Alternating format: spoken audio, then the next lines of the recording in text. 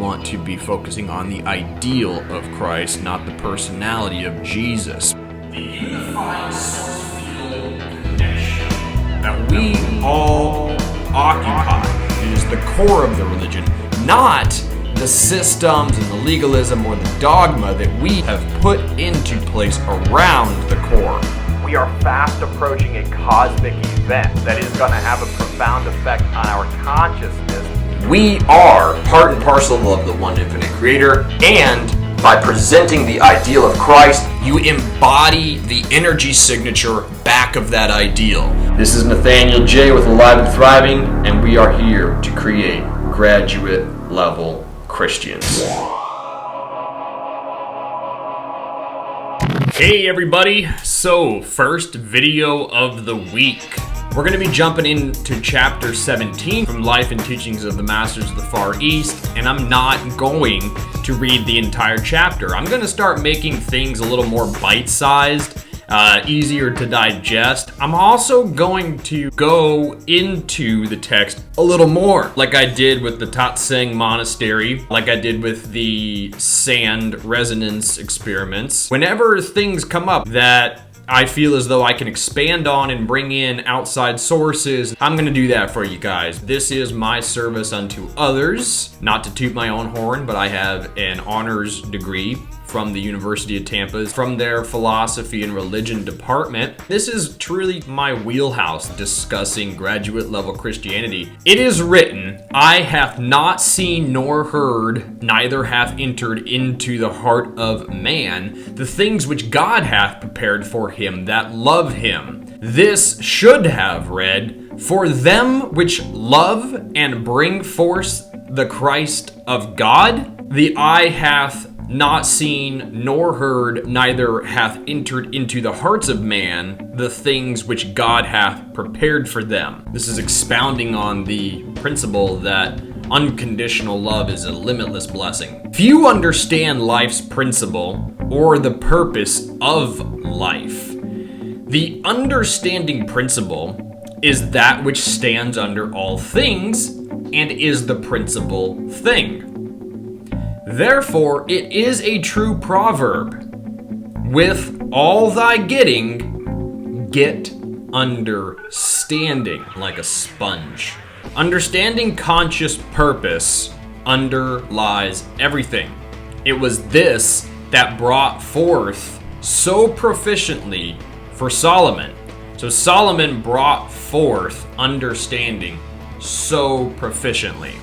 He asked that the foundation of understanding be given to him, and that an understanding heart be his. This opened to him such a fount of wisdom and led him to such a position of power that there were bestowed upon him such riches and honor that he was known as the king of 1,000 magnificent accomplishments. This has been symbolically spoken of as Solomon's 1,000 wives. When I was in Yelm, Washington, at the Ramtha School of Enlightenment, we dove into the symbolic Hindu depiction of Lord Shiva. And you're going to see that on the screen now. Lord Shiva has pearl necklaces all about him. And to the layman, this represents adornment, material wealth. But to the adept, this represents something entirely different. It is wealth of a different kind. It is the wealth of having come up over 1,000 or 1,000,000, however you want to put it, annoyances. The notion that a pearl forms when a grain of sand enters the creature is a myth. The more likely cause is that a tiny organism disrupts the mantle tissues. The oyster creates a pearl sac around the disturbance and begins to secrete a smooth crystalline substance known as nacre. Nacre, or mother of pearl, is made of the same material that forms the inside of the shell. It's a combination of calcium carbonate and protein that is both lighter and stronger than concrete. It takes several years for thousands of layers of nacre to build up and create a smooth, iridescent gem. But it's a rare event. A pearl of value is found in less than 1 in 10,000 wild pearl oysters. So that's what Shiva's pearl necklaces represent. They represent all of the things that Shiva came up over that he might have otherwise, and probably did for a couple of lifetimes, get stuck on. But when you come up over these things, they turn into pearls of wisdom. And Martinez cosmology describes these things as golden copies of memories in the kingdom that is known as bliss, which is the highest kingdom of evolution. And when you get up to that kingdom, you are going to have perfect understanding. With all that get understanding, right? You're going to have perfect understanding of every experience that's ever happened to you. They call it a gold copy because the version of the memory that you're going to look upon in the kingdom of bliss, you're going to have perfect understanding of how that worked out to the benefit of all parties involved, for the whole cosmos.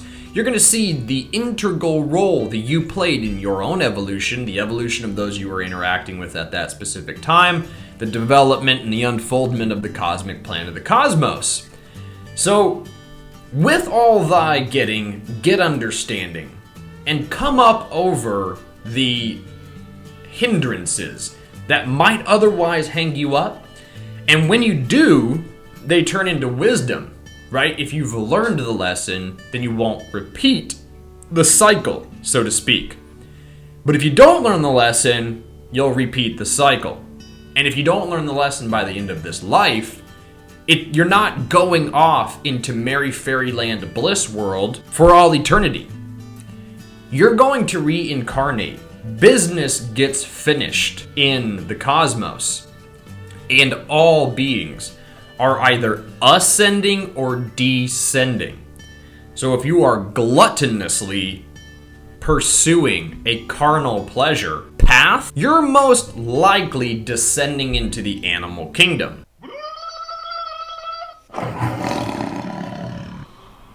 But if you are internalizing higher, more refined ideals and pursuing those, then know that you are ascending into the true human kingdom. And as most of humanity is. There's another parable, the tale of two brothers. One brother is being led up a mountain by a goose on a golden tether, like a giant goose.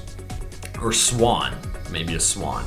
And that is flying, and the brother has a golden lasso around the neck, and it is pulling him up the mountain.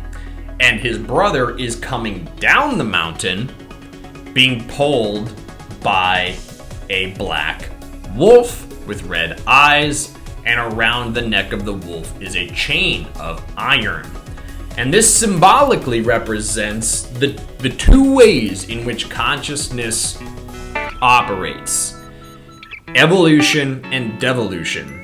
So when you are coming up over your hindrances, your annoyances, and transcending them, and you'll know you've transcended them when they no longer bother you, or you no longer habitually repeat the action that you then became conscious of, that then you transcended by free will, deciding to do so. When that happens, it's unmistakable. You'll feel the intuition, you'll take the actions, and you'll come up over the thing. And then a part of being conscious is A, resisting the temptation to fall back into those old ways, right? Lead us not into temptation. And then eventually the thing falls away, and you can wear it like a pearl on your string of pearls, and you can point to it and say, see, I came up over this thing. It's not a braggadocious thing that you'll be doing. It's just a statement unto the universe that I have done these things.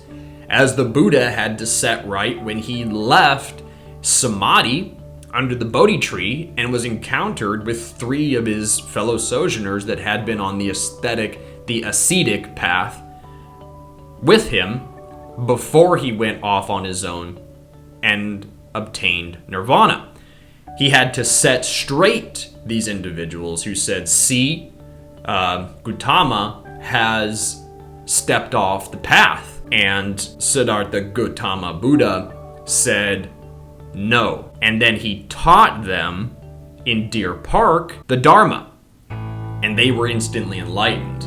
That's all I'll be covering for today. I thank you so much for being here. And if you've liked this content, please hit the like and subscribe button. Namaste.